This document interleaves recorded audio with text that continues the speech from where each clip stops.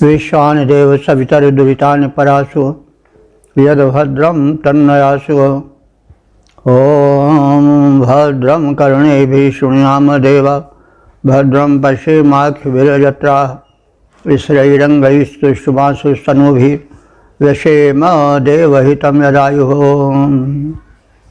वेद प्रेमियों सुधीर श्रोताओं, संप्रति हम सब ऋग्वेद के तीसरे मंडल के 21वें सूक्त की व्याख्या में प्रवेश करने जा रहे हैं। इस सूक्त में कुल 5 मंत्र हैं। सभी मंत्रों के दृष्टा ऋषि हैं गाथी कौशिक, देवता अग्नि हैं और छंद त्रिष्टुप अनुष्टुप आदि हैं। अब इस तीसरे मंडल के 21वें सूक्त के पहले मंत्र का परिचय प्राप्त कर लें। और इस मंत्र के दृष्टा ऋषि हैं गाथी कौशिक, देवता अग्नि और छंद त्रिष्टुप है। शीर्षक है अग्निदेव से हविभक्षण और देवों तक उसे पहुंचाने का अनुरोध। अब संबंधित मंत्र का सर्वप्रथम सस्वर पाठ हो जाए।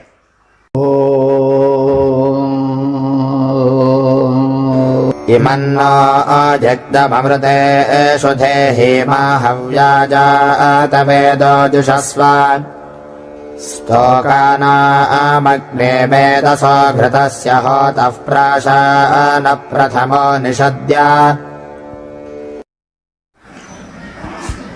इस प्रथम मंत्र में अग्नि देवता से हव्यान भक्षण और उसे देवों तक पहुंचाने का कथन है। तो यह हम सब जानते हैं कि अग्नि जो हैं वो देवताओं के मुख बताए गए हैं। यानी देव अग्नि के द्वारा भक्षित हव्य द्रव्य को स्वीकार करते हैं। तो देवताओं के मुख हैं अग्नि, तो प्रथम वे ही हविभक्षण करते हैं और उन्हीं के माध्यम से देवता पाते हैं। तो इसका मतलब ये हुआ कि सीधे अगर हम समझें तो कह सकते हैं कि जो आहुति दी जाती है वो अग्नि में दी जाती है और अग्नि उस आहुति को भस्म करके या खा करके उसके पोषकत्व को, पावनत्व को, जो वायु हैं देवता, जो जल देवता हैं, जो अन्य पृथ्वी पर वनस्पति आदि के रूप में देवता हैं, क्योंकि हमारे यहाँ तो देवत्व की कल्पना सुविस्तृत है, क्योंकि जो है वो सब एक नूरतें सब जग उपजा, एक ही से अनेक हुआ है, एको हम बहुश्याम। हमारे यहाँ कहा गया है कि वह एक जो कि परम शक्ति परमात्मा है वो एक था, सारी सृष्टि उसमें समाई हुई थी। उसकी इच्छा हुई कि एको हम बहुश्याम, मैं एक हूँ और विस्तृत होकर के बहुत हो जाऊँ। तो इस रूप में सृष्टि का विस्तार हुआ, एक से अनेक का।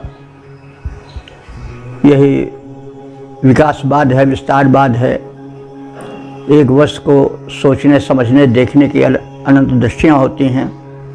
बहरहाल सब मिला करके एक ही का अनेक रूप हुआ है, यह बात अधिक ठीक समझ पड़ती है।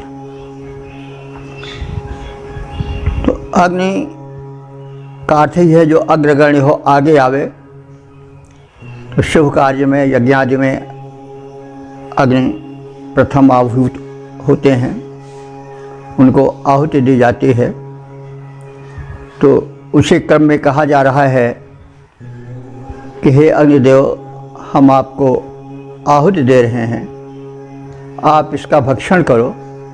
और जो देव शक्तियाँ हैं, जो सृष्टि के संचालिका हैं और जो सहयोगी शक्तियाँ हैं सृष्टि संचालन की, उन तक पहुँचाओ ताकि सृष्टि व्यवस्था सुविकसित हो और सुचारू रूप से चल सके।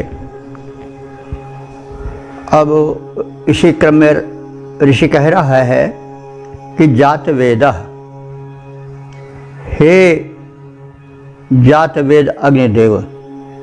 जात वेद का अर्थ होता है जात मात्रम वेत्ति इति जात वेद। जितनी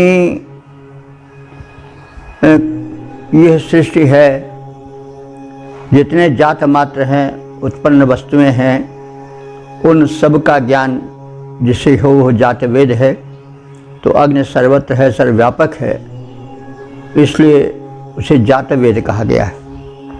तो हे जात वेद, हे सर्वज्ञ अग्निदेव, नह माने हमारी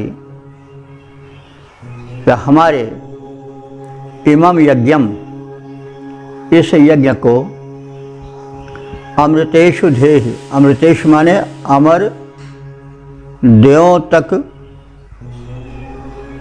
पहुँचाओ। धेहि माने देह प्रदान करो, उन्हें समर्पित करो। इमा हव्या जुषस्यु, इमा माने इन, हव्या माने हव्य द्रव्यों को, आहुतियों को। प्रथम तुम, जुषस्व माने सेवन करो। और होता अग्ने, हे होता रूप अग्निदेव। होता कहते हैं यज्ञ निर्वाहक को, यज्ञकर्ता को, अथवा देवों को आवाहित करने वाले को भी होता कहा जाता है। तो हे अग्निदेव, तुम होता हो। निषद्य, निषद्य माने बैठ करके।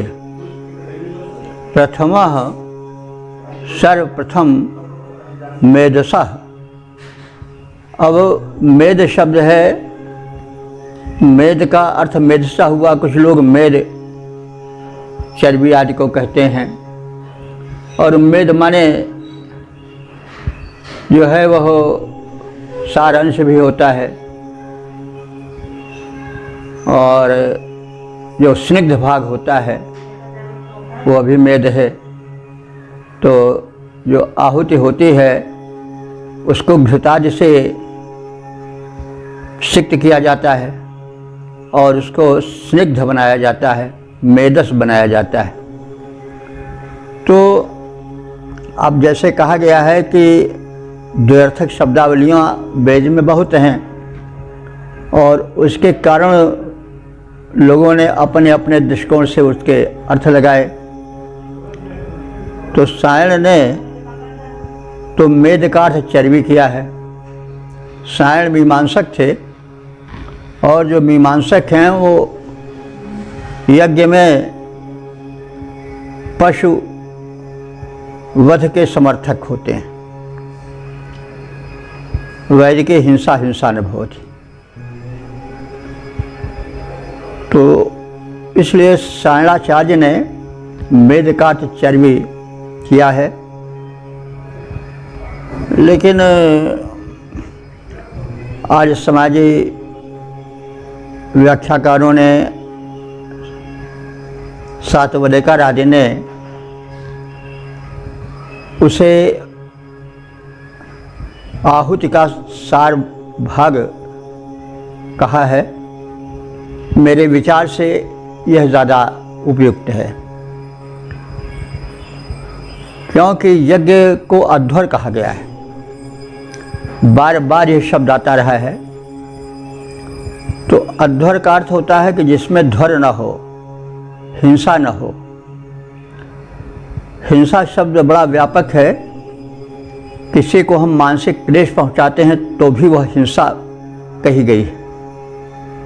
हिंसा हो जाती है, कष्ट क्लेश पहुंचाना हिंसा है। तो अब किसी का वध कर डालना तो घनघोर हिंसा है। तो जब मानसिक वाचिक क्लेश पहुंचाने का वर्जन है, तदर्थ अध्वर शब्द का बार बार प्रयोग हुआ है, तो फिर यह उपयुक्त नहीं लगता है कि मेद का अर्थ पशु की चर्बी आदि लिया जाए। अब घृत आदि एक तरह से चर्बीले पदार्थ ही होते हैं, वसा युक्त होते हैं, फैट होते हैं। तो इसलिए अब जो घृत भी है वो भी एनिमल सोर्स से आता है, बल्कि जो फैट होता है उसके दो स्रोत होते हैं। एक ये वनस्पति से आता है, जैसे तिल है, सरसों है, एक महुआ होता है, उसकी भी किसली से, उसके भी फल से तेल निकलता है। बर्रव आदि तमाम ऐसी वनस्पतियाँ हैं जिनसे मेद या फैट, चर्बी जिसे कह सकते हैं, निकलता है। बल्कि कहा गया है कि जो एनिमल सोर्स से आता है, पशुओं से जो मेद आता है वो ज़्यादा उत्तम माना गया है, इसलिए घृत को ज़्यादा उत्तम माना गया है। तेल की अपेक्षा घृत को अधिक श्रेष्ठ माना गया है। तो सब मिला करके यह कहा जा सकता है कि मेद का अर्थ जो है वो सिंग्ध पदार्थ अथवा घृत से सराबोर आहुति के रूप में देखा जाए तो यह अर्थ अधिक सटीक होगा, क्योंकि अध्वर शब्द बार बार आया है। तो यहाँ पर मेदसा का अर्थ हुआ कि घृत से सनी हुई आहुति। तो अनुरोध किया जा रहा है अग्नि देवता से कि आप निषद्ध इस यज्ञ वेदी में उपस्थित होकर बैठ करके पहले घृत से सराबोर मेदस हव्य को, आहुति को, और उसके साथ घृतस्य, जो घृत की आहुति अलग से दी जाती है, उस घृताहुति को भी तुम अशान, अशान माने सेवन करो, खाओ। तो इस प्रकार से हे सर्वज्ञ अग्निदेव, हमारे इस यज्ञ को अमर देवों तक पहुँचाओ, उन्हें समर्पित करो, इन हव्यान्नों का सेवन करो। हे होतारू यज्ञ निर्वाहक अग्निदेव, देवदूत अग्निदेव, इस यज्ञ में प्रतिष्ठित होकर, उपस्थित होकर आप सर्वप्रथम हव्य और घृत के अंशों का भक्षण करो।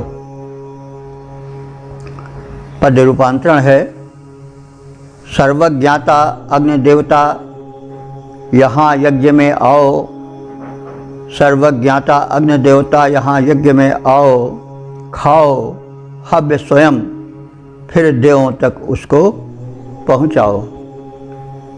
ओम वेद प्रेमियों, सुधीर श्रोताओं, संप्रति हम सब ऋग्वेद के तीसरे मंडल के 21वें सूक्त के दूसरे मंत्र की व्याख्या में प्रवेश करने जा रहे हैं।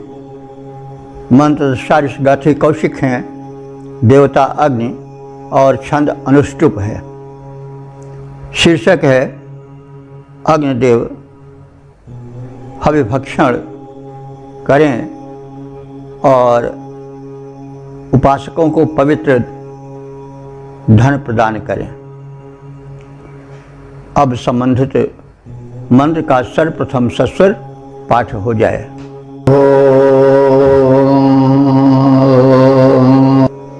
कृतवन्तः पावकते स्तोकाश्चोदन्ति मेधसः स्वधर्मम् देववेतये श्रेष्ठम् नो देहि वार्यम्। इस दूसरे मंत्र में अग्नि देवता से अनुरोध है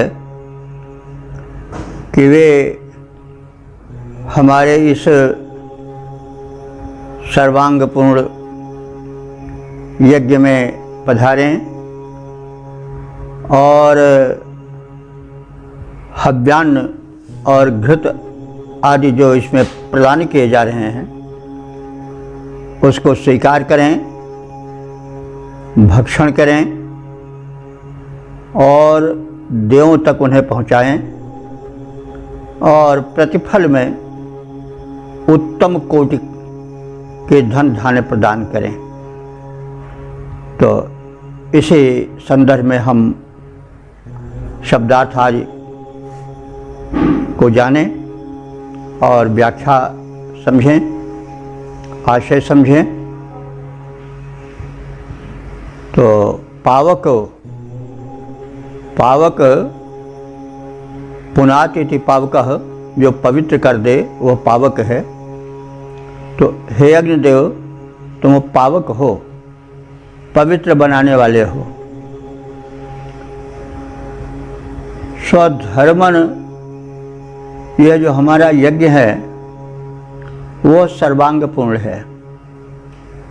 कहने का मतलब यज्ञ में जो कुछ होना चाहिए जिससे उसमें पूर्णता आवे, उन सब का ध्यान रखा गया है। और हम सब यजमानों ने और यज्ञ कर्ताओं, ऋतुजों आदि ने मिल करके इस यज्ञ को सर्वांगीण बनाया है, सांगोपांग परिपूर्ण किया है। और यज्ञ का जो मुख्य अंग है हविष्यान्न, पुरोडाश और घृत आदि, वे सब इस यज्ञ में प्रस्तुत किए गए हैं। तो स्वधर्मन घृतवंता, इस सर्वांगपूर्ण यज्ञ में जो घृत से युक्त आहुति है उसको तुम थोड़ा थोड़ा करके ग्रहण करते जाओ। स्तोका माने, स्तोक कहते हैं थोड़े को, यानी उस ये खाने का नियम है, खिलाने का नियम है कि एक बारगी नहीं किसी चीज़ को ढकेल देनी चाहिए, दे देनी चाहिए। थोड़ा थोड़ा पूछ पूछ करके दिया जाता है। ये खाने खिलाने की एक स्वस्थ और शिष्टाचारपूर्ण पद्धति है। इसीलिए अस्तोक शब्द कहा गया है। अस्तोक माने थोड़ा। तो हम थोड़ा थोड़ा करके यज्ञीय भाग, आहुति, घृत, पुरोडाश आदि को तुम्हारे लिए परोस रहे हैं, तुम्हें प्रदान कर रहे हैं, चढ़ा रहे हैं। तो ते देववीते श्चोतंति, तो ये हम क्यों कर रहे हैं? ते माने तुम्हारे लिए, कि प्रथम तुम हमारे इस सर्वांगपूर्ण यज्ञ में आहुति ग्रहण करो, पश्चात देवों को दो। तो ते माने तुम्हारे लिए, और देववीते, देवों के लिए। तो देववीति शब्द है जरा अप्रचलित थोड़ा है, इसलिए हम इसकी व्याख्या या इस विग्रह सहित इसको बता दें। देववीतय होता है देवानाम वीति ही प्राप्ति ही यस्याम भक्षण क्रियायाम स देववीति, जिसमें देवों को भक्षण के लिए अल्प यथेष्ट और यथेष्ट मात्रा में हव्य प्रदान किया जाए वह देववीतय है, यानी देवों के वीति ही, देवानाम वीति ही प्राप्ति ही यस्याम भक्षण क्रियायाम स देववीति, यानी तुम्हारे और देवों के भक्षण के लिए, उपभोग के लिए थोड़ा थोड़ा करके अल्प मात्रा में परोसा जा रहा है, यानी बिल्कुल एक तरफ से नहीं डाल दिया जा रहा है। आहुति का भी यह नियम है कि आहुति को बिल्कुल एक बार के नहीं डाल देनी चाहिए, थोड़ी थोड़ी अल्प करके अग्नि के प्रज्वलन के मात्रा में आहुति प्रक्षेपण की मात्रा होनी चाहिए। वही बात कही जा रही है कि ते तुम्हारे लिए और देववीतय माने देवों के भक्षण के लिए स्थितो तंति, हम जो हैं वो हविष्यान्न तुझ अग्नि को समर्पित कर रहे हैं। तो हमारे इस समर्पण को स्वीकार करो और देवों तक इस हमारे समर्पित यज्ञ भाग को पहुंचाओ। और प्रार्थना है, निवेदन है कि उसके बदले में न माने हम सब उपासकों को वार्यम श्रेष्ठम ध्येय, वार्य कहते हैं वर्णीय स्वीकरणीय, क्या श्रेष्ठम धनम, श्रेष्ठ धन को। तो देखिए धन आवश्यक है क्योंकि धन ही धन्य करता है, लेकिन धन पवित्र होना चाहिए, वह किसी को सता करके अनुचित ढंग से संचित किया गया न हो। इसीलिए कहा गया है कि आप हमको धन दो, लेकिन वह धन कैसा हो, वार्य हो। वार्य माने वर्णीय स्वीकरणीय, अपनी उत्तमता के कारण ग्रहण करने योग्य हो और श्रेष्ठ हो, ऐसे धन को हमें धारण कराओ, हमें प्रदान करो। तो संदेश है कि धन की याचना, धन को प्राप्त करना परम आवश्यक है, क्योंकि धन ही धन्य करता है। धन ही से सम्मान होता है। और जैसा हम स्थान स्थान पर कहते आ रहे हैं कि धन केवल द्रव्य तक ही नहीं है, मुद्रा तक ही नहीं है, वरन जो धन्य कर दे वो धन है। विद्या धन है, बुद्धि धन है, आचरण धन है, स्वास्थ्य धन है, सब धन ही हैं। तो ये सब श्रेष्ठ उपायों से प्राप्त हों, ऐसे धन हमको चाहिए। लोग अनुचित ढंग से धन प्राप्त करते हैं। विद्या में भी नकल करके अगर हम अच्छा डिवीज़न लाए, विद्या धन प्राप्त किए, तो वो धन कलुषित धन है, वो फलेगा नहीं। तो कोई भी धन हो, उसकी प्राप्ति पद्धति जो है वो पवित्र हो, श्रम पूर्वक अर्जित हो, तो वही धन धन्य करता है। ऋषि दूरदर्शी है, इसलिए वो कह रहा है कि हे अग्निदेव, हमें धन दो, लेकिन वो कैसा हो, वार्यम। वार्यम माने वर्णीय स्वीकरणीय हो, अपनी उत्तमता के कारण, पवित्रता के कारण, और श्रेष्ठ हो। एतादृशम धनम ध्येहि, इस प्रकार का धन हमें धारण कराओ, प्रदान करो। तो हे पवित्र बनाने वाले अग्निदेव, इस सर्वांगपूर्ण यज्ञ में घृत बिंदु टपक रहे हैं। आहुतियों को अग्नि के अनुसार, प्रज्वलन के अनुसार प्रदान किया जा रहा है, उसी मात्रा में, अत्यधिक मात्रा में नहीं, धीरे धीरे प्रदान किया जा रहा है, जो कि भोजन खाने और खिलाने की उत्तम रीति है। तो हे अग्निदेव, तुम इस समर्पण का, हव्य का पुरोडाश आदि का उपभोग करो, सेवन करो, और हमको उसके प्रतिदान में, बदले में प्रशस्त धन्य कर देने वाला धन प्रदान करो। यह आपसे प्रार्थना है। पद रूपांतरण है, टपक रहे घृत बिंदु यज्ञ में, हे पावक भगवान उनका भक्षण करो, हमें धन उत्तम करो प्रदान। ओ वेद प्रेमियों, सुधी श्रोताओं, संप्रति हम सब ऋग्वेद के तीसरे मंडल के 21वें सूक्त के तीसरे मंत्र की व्याख्या में प्रवेश करने जा रहे हैं। मंत्र दृष्टा ऋषि गाथी कौशिक हैं, देवता अग्नि और छंद अनुष्टुप है। शीर्षक है अग्नि के गुण कथन और यज्ञ रक्षण की प्रार्थना। अब संबंधित मंत्र का सर्वप्रथम सस्वर पाठ हो जाए।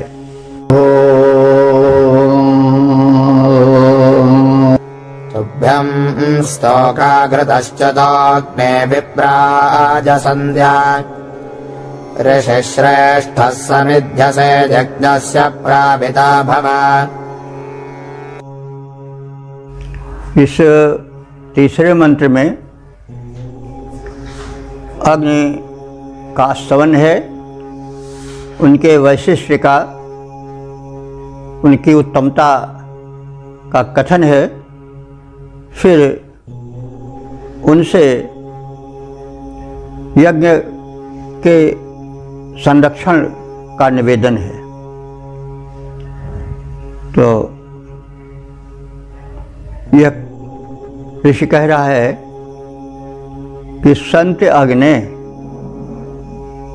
हे अग्ने, हे हित में आगे रहने वाले यजनीय अग्निदेवता, पूजनीय अग्निदेवता, तुम संत माने संभजनीय, समग्रता से आदरणीय, पूजनीय हो। अस्तु आपको घृतश्रुतः स्तोका, घृत की टपकती बूंदों को, स्तोक माने थोड़ा सा होता है, तो बूंद सबसे थोड़ी मात्रा में देखी जाती है, इसलिए स्तोक घृत की बूंदों के लिए यहाँ पर प्रसंगानुकूल प्रयुक्त है। तो घृतश्रुता स्तोका, इस यज्ञ में हे अग्निदेव तुम्हें संवर्धित करने के लिए, आहार रूप में तुम्हें बलिष्ठ बनाने के लिए, तुम्हारे प्रज्वलन के प्रयोजन से अस्तोका घृतश्रुता, घृत को बूंदों बूंदों करके टपकाया जा रहा है।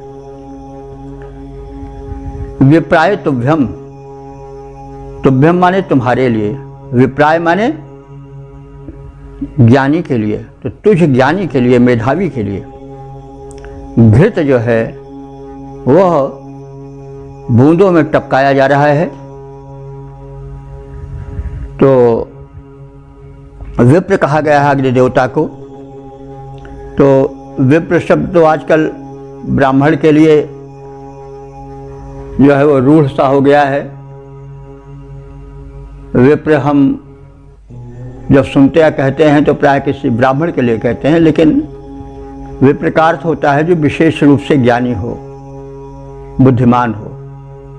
व्युत्पत्ति है इसके कि विशेषण प्रजानाति विप्रा, जो विषय को विशिष्ट रूप से जाने वह विप्र है, जो विशेषज्ञ हो वह विप्र है।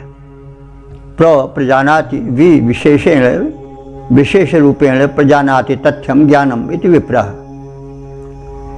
तो हे अग्नि, तो तुम विप्र हो क्योंकि तुम सांसारिक तथ्यों को, क्रियाकलापों को विधिवत जानते हो, उसके विशेषज्ञ हो, विप्र हो।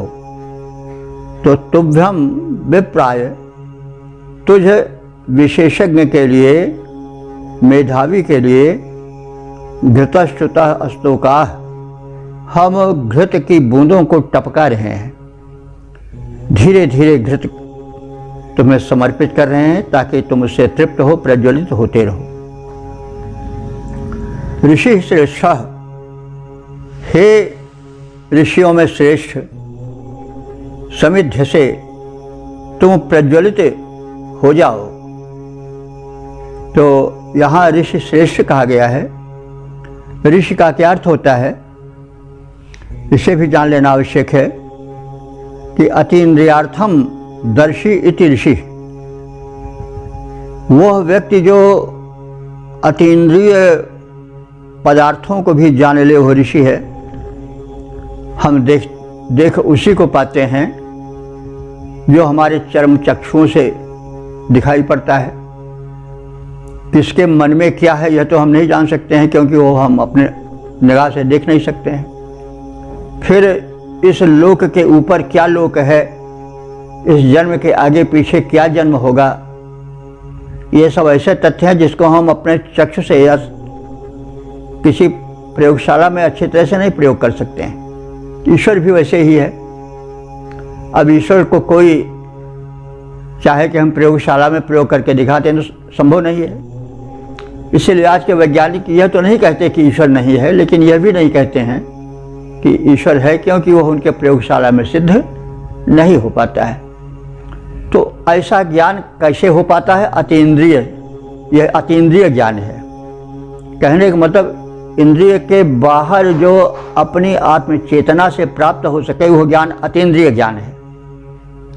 जैसे कोई व्यक्ति इस दृश्यमान जीवन के पहले किस रूप में था, कौन था वो, किसका पिता था, किसका पुत्र था, उसका जीवन वृत्त क्या था, यह तो अतीन्द्रिय विषय हो गया ना।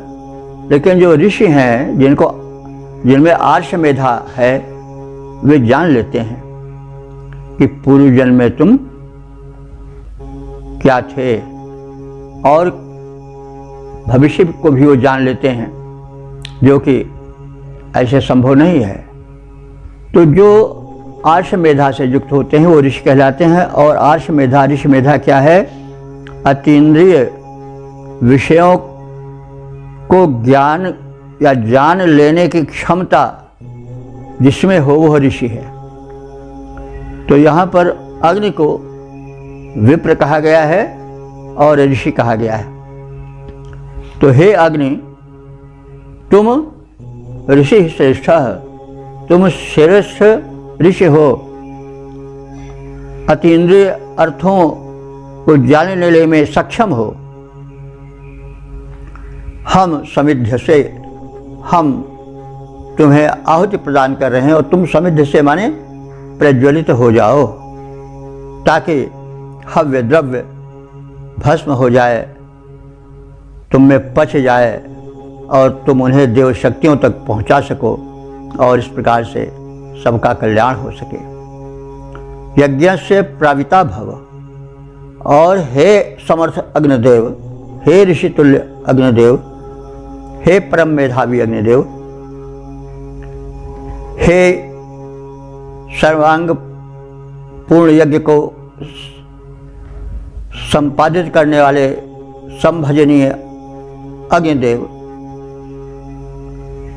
तुम प्रज्वलित हो जाओ, समिध्य से प्रज्वलित हो जाओ और यज्ञ से प्राविता भव, यज्ञ के संरक्षक बन जाओ, ताकि हमारी यज्ञ क्रिया सफल हो सके, संपन्न हो सके। तो यज्ञ को भी आप व्यापक अर्थ में जानें। आहुति प्रक्षेपण तो है ही है सीधा अर्थ, लेकिन जितने पवित्र कर्म हैं वे सब यज्ञ हैं। यज्ञों वैशेषमम कर्म, सभी उत्तम कर्म यज्ञ हैं। और यज्ञ क्रिया निरंतर होती रहती है, कभी बंद नहीं होती है। प्रकृति भी निरंतर यज्ञ कर रहा है, हो रहा है यज्ञ, और शुभ कर्म हो रहा है। कहा जा रहा है अगर शुभ कर्म ना हो तो दुनिया नहीं बचेगी। यह कहना कहीं शुभ कर्म हो ही नहीं रहा कि अभी गलत है। तमाम विद्वान, तमाम साधक ऐसे हैं जो शुभ कर्म कर रहे हैं, और कहा जाता है कि उन्हीं के कारण सृष्टि जो है वो विकसित भी हो रही है। अशुभ ही अशुभ हो तब तो जो है वो संतुलन बिगड़ जाएगा और विकार ही विकार हो जाएगा। तो इस प्रकार से यज्ञकर्ताओं द्वारा संभजनीय हे यज्ञदेव, तुम मेधावी हो, श्रेष्ठ ऋषि हो, आर्ष मेधा से संपन्न हो। घृत की टपकती बूंदें तुम्हारे लिए समर्पित हैं। तुम प्रज्वलित हो जाओ और हमारे यज्ञ के रक्षक बनकर स्थिर रहो। पद्य रूपांतरण है, हे मेधावी श्रेष्ठ अग्नि ऋषि पूज्य याज्ञिकों द्वारा तुम्हें समर्पित देव प्रवर जो टपक रही घृत धारा, हे यजनीय अग्निदेव प्रज्वलित शीघ्र हो जाओ, हम सबके यज्ञों के संरक्षक बन करके आओ।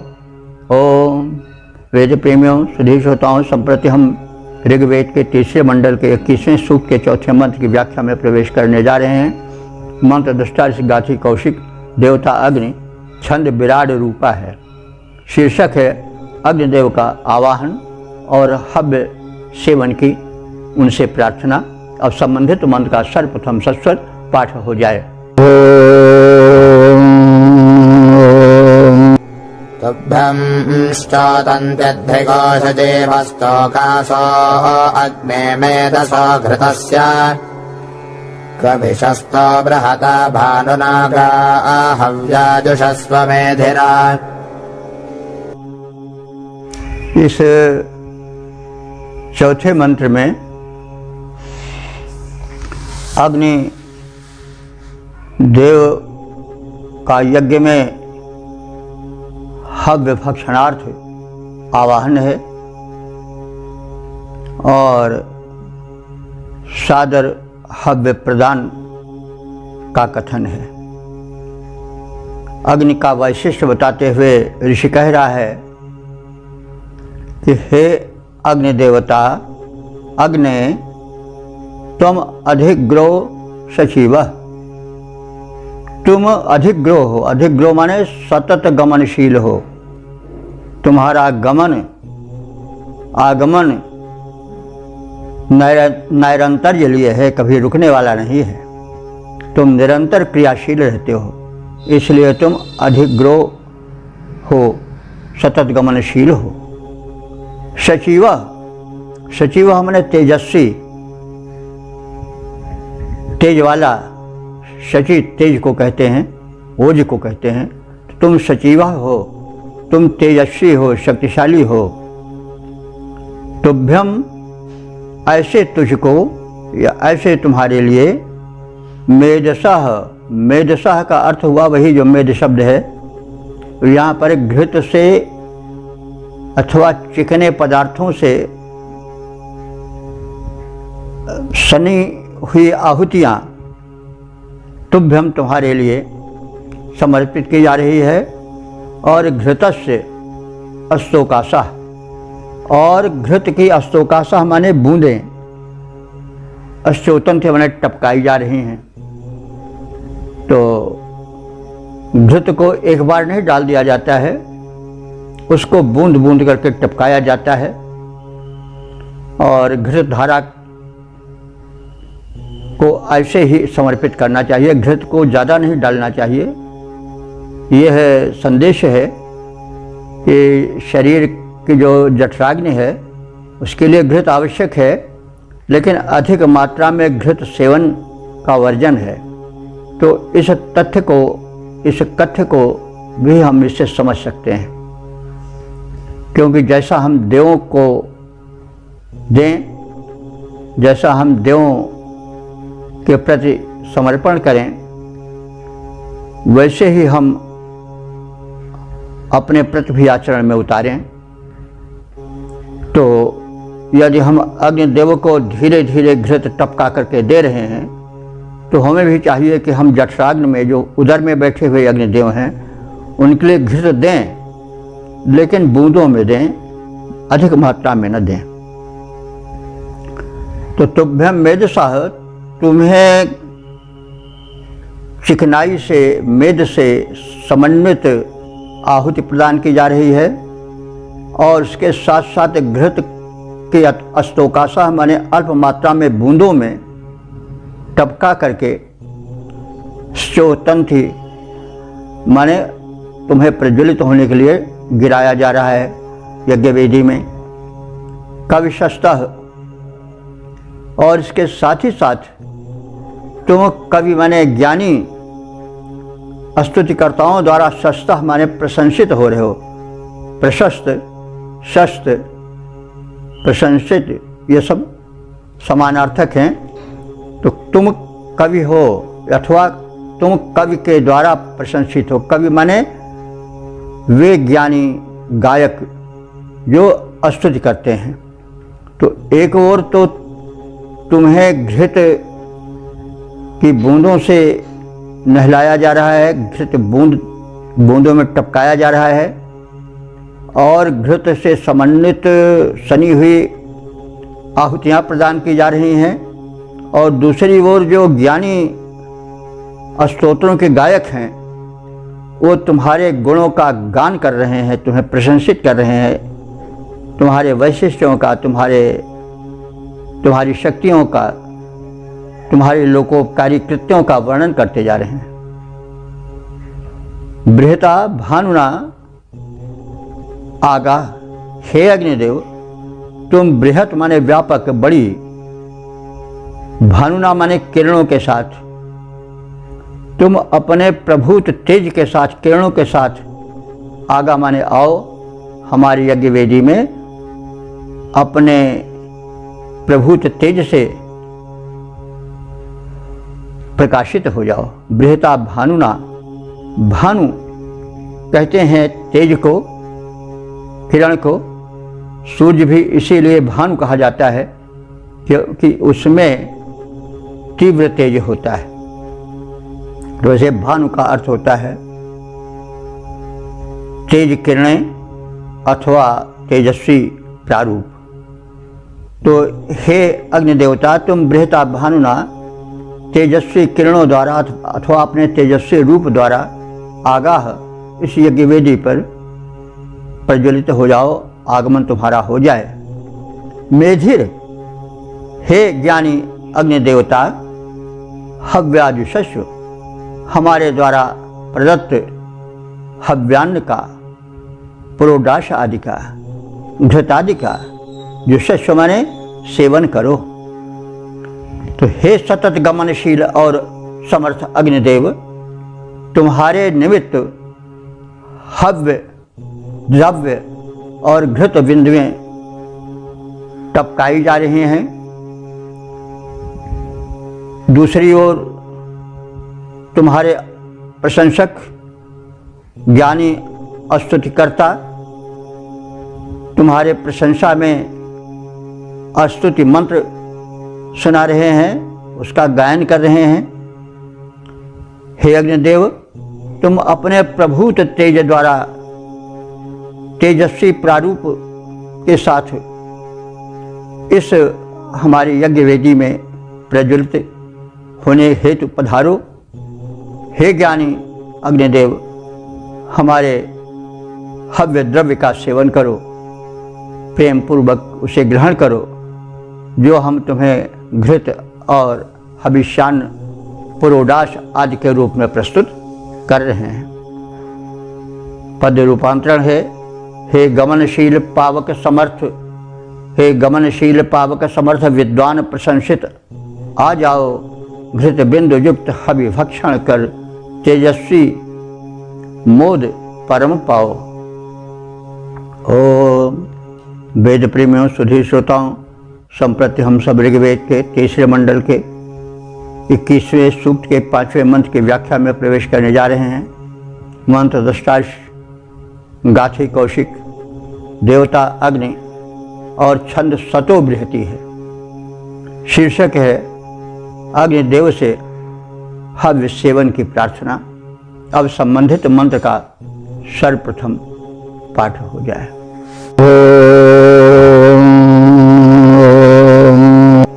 ओजिष्ठं ते मध्यतो मेध उद्भृतं प्रते भजन् ददामहे। स्तोदन्ति देवसास्तोका अधित्वच प्रदितान् देवशोभिः। यह पांचवा मंत्र इस सूक्त का समापन वाला मंत्र है। इसमें ऋषि अग्निदेव से अनुरोध कर रहे हैं कि वह उपासकों द्वारा प्रदत्त हव्य को देवताओं तक ले जाएं और देव कृपा हम तक पहुँचे। तो अग्नि की महत्ता को और अग्नि के प्रति समर्पण का कथन है। अग्नि, हे अग्नि देवता, हे हित में अग्रगण्य रहने वाले, प्रत्येक मंगल कार्यों में आगे आने वाले देव प्रकाशक अग्नि, वयम माने हम सब उपासक और याजक, अग्निहोत्र संपादक, याज्ञिक क्रिया के निष्णात, जो निरीक्षक, वे सब मिल करके तुम्हें उद्भृतम ओजिष्ठम मेदः, तुम्हें जो ओजिष्ठ माने ऊर्जा से युक्त, उद्भृतम मेदः, और जो घृत आदि के द्वारा पूर्ण रूप से सान करके सुशक्ति संपन्न कर दिया गया है, ऐसे हविष्यान्न के पर्याप्त ओज से पूर्ण भाग को मध्य से निकाल करके प्रददामहे, हम तुम्हें प्रदान कर रहे हैं। अर्थात हम सब अतीव सारभाग को, अत्यंत उपयुक्त उपयोगी हविष्यान्न को तुम्हें अर्पित कर रहे हैं। वसु संबोधन है अग्निदेवता का, हे वास देने वाले, आश्रय प्रदान करने वाले अग्निदेवता, ते त्वचि अधिस्तोका शोतंति, ते माने तुम्हारे, त्वच माने त्वक, त्वचा। त्वचा तो सभी जानते हैं, लेकिन त्वचा को त्वचा क्यों कहा जाता है, इसके विषय में व्युत्पत्ति अर्थ भी समझ लें। व्युत्पत्ति परक त्वचा क्यों त्वचा कही जाती है कि तनोति तायते वा इति त्वक त्वचा, जो किसी वस्तु के ऊपर तना रहे वही त्वचा है। तो हम लोग त्वचा चमड़ी के रूप में जानते हैं, हमारी त्वचा है। तो वो त्वचा क्यों कही जाती है, क्योंकि वो जितनी धातुएं हैं, जो भीतर का अंग प्रत्यंग है उसके ऊपर तना रहता है। त्वचा बिछी रहती है ऊपर से और संभाले रहती है सबको। तो त्वचा इसीलिए कहा जाती है कि तनोति तायते वा त्वक, या त्वचा जो किसी पदार्थ, किसी वस्तु के ऊपर तनी रहे, बिछाई ऐसी रहे, वही त्वचा है। तो अब शरीर के लिए तो त्वचा उस रूप में रहेगी, लेकिन यहाँ पर जो त्वचा है वो अग्नि का प्रज्वलित ऊपरी प्रारूप है। अग्नि तो एक सूक्ष्म देवता है, जैसे शरीर में प्राण है, आत्मा है, वो तो दिखाई नहीं पड़ता है, त्वचा दिखाई पड़ती है। वैसे अग्निदेव तो एक सूक्ष्म देवता है, उनका बाह्य रूप जो है वो प्रज्वलित जाल है। तो इसी आशय से कहा जा रहा है कि त्वचा स्वरूप जो तुम्हारा ऊपर का प्रज्वलित जाल है, हे आश्रय प्रदायक अग्निदेव, हम उसे अजस्र रूप से घृत बिंदुएं टपका करके स्निग्ध और प्रज्वलित करते चले जा रहे हैं। तो ते त्वचि अधिस्तोका स्योतंती, तुम्हारे त्वचा रूप में प्रकटित ज्वालाओं पर हम निरंतर अजस्र घृत बिंदु टपकाते जा रहे हैं। तान देवशः प्रतिविश, तान माने उनको, यानी वे घृत बिंदु और आहुतियाँ जो तुम्हारे लपटों में जो त्वचा भाग रूप में दिखाई पड़ रही हैं, उनको प्रदान कर रहे हैं, इसलिए कि तुम उन्हें ग्रहण करो। और देवशः माने देवताओं को भी प्रतिविह, उन्हें प्रत्यर्पित करो, उन तक ले जाओ और प्रदान करो। तो हे अग्निदेव, हम सब अतीव सारयुक्त हव्य निकाल कर तुम्हें प्रदान कर रहे हैं हव्य द्रव्य के रूप में। हे आश्रयदाता अग्निदेव, तुम्हारी ज्वालाओं पर जो कि त्वचा रूप में चमकीली होकर दिखाई पड़ रही हैं, उन पर अजस्र घृत बिंदु टपका रहे हैं, निरंतर घृत की धार डाल रहे हैं बिंदु रूप में, थोड़ा थोड़ा करके उसे तुम स्वयं भक्षण करो और देवों तक ले जाओ, यह प्रार्थना है। हे अग्निदेव, पद्य रूपांतरण है, हे अग्निदेव, हम सारे युक्त हवि तुम्हें कर रहे हैं प्रदान, ज्वालाओं पर हैं टपक रहे घृत बिंदु, घने पोषक महान। ज्वालाओं पर जो त्वच रूप है तुम्हारी, उन ज्वालाओं पर हैं टपक रहे घृत बिंदु, घने पोषक महान।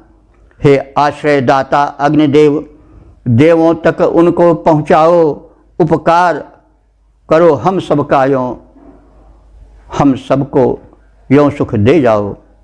उपकार करो हम सबका प्रभु, निज करुणा किरणों को बरसाओ। इस प्रकार से हमने इस सूक्त को, जो ऋग्वेद के तीसरे मंडल का 21वां सूक्त था, जिसमें 5 मंत्र थे, जिनके दृष्टा गाथी कौशिक हैं और जिनके देवता अग्नि हैं, और जिसमें त्रिष्टुप अनुष्टुपाद छंदों का प्रयोग है, उसको हमने अभी सुना। और इस कथन और श्रवण की यात्रा में हम 2627 कदम चल चुके हैं, यानी 2627 मंत्रों की व्याख्याएं, शब्दार्थ, शीर्षक आदि का कथन हो चुका है। आप सब श्रोता बड़े ही ज्ञानी हैं, चिंतक हैं, महान हैं, भाग्यवान हैं, जो साक्षात परब्रह्म की वाणी वेद का श्रवण कर रहे हैं, चिंतन कर रहे हैं, मनन कर रहे हैं। आप सबसे अनुरोध है, विनम्र निवेदन है कि वैदिक भावना का प्रचार प्रसार करें, क्योंकि वेद जो है वह समग्र मानव मात्र के लिए और शिष्य के कल्याण के लिए बना है। यह संसार का सबसे प्राचीन विचार का स्रोत है, साक्षात परमात्मा की वाणी है और प्राणी मात्र के, मनुष्य मात्र के हित के लिए कहा गया है। यह हम भारतवासियों का और भारत भूमि का भाग्य है, गौरव है कि हमें वेद का ज्ञान मिला और इस भारत भूमि पर ही यहाँ के ऋषियों को ज्ञान की वे बूंदें दी गईं जिनसे कि मानव कल्याण संभव है। तो हम अपने उत्तरदायित्व को समझें, वैदिक भावना का प्रचार प्रसार करें। तो अब इस पंच मंत्रों वाले सूक्त का संक्षिप्त ज्ञान प्राप्त कर लें। अग्निदेव को हविष्यान्न अर्पण, उसके भक्षण, उनकी प्रार्थना, उनके गुण कथन आदि का इन 5 मंत्रों में यथास्थान निवेदन है। और अग्निदेव से पवित्र धन, पवित्र जीवन प्राप्ति की प्रार्थनाएं हैं। गुण कथन तो होता ही है, क्योंकि गुण कथन से गुणों का जो वितरण है, गुणों का जो प्रवाह है, उसका संक्रमण जो मंत्रों को सुनता है, श्रवण करता है, चिंतन मनन करता है, उसमें उतरता जाता है। तो इसलिए गुण कथन आवश्यक है। और मंत्र में देवों के वैशिष्ट्य का, उनके गुण का कथन और उनसे कुछ जीवन की प्रगति विषयक तत्व मांगे जाते हैं। धन धान्य पुत्र पौत्र संपदाएं कही जाती हैं, ये सामान्य लक्षण हैं। वही कथन, वही याचना, वही आग्रह, वही निवेदन इस सूक्त में भी है। तो गुण कथन के साथ साथ आहुति, भक्षण और रक्षण की प्रार्थना इन 5 मंत्रों में की गई हैं। तो किम अधिकेन, अब आज के इस क्रम को और इससे संबंधित वचन और वाणी को हम विराम देते हैं और कामना करते हैं कि आप सब श्रोतागण भगवद्वाणी, परम ब्रह्म परमात्मा के संदेश, वेद का चिंतन मनन करें, प्रचार प्रसार करें। इसके साथ ही यह कामना है कि सर्वे भवन्तु सुखिनः, सर्वे सन्तु निरामयाः, सर्वे भद्राणि पश्यन्तु, मा कश्चित् दुःख भाग् भवेत्।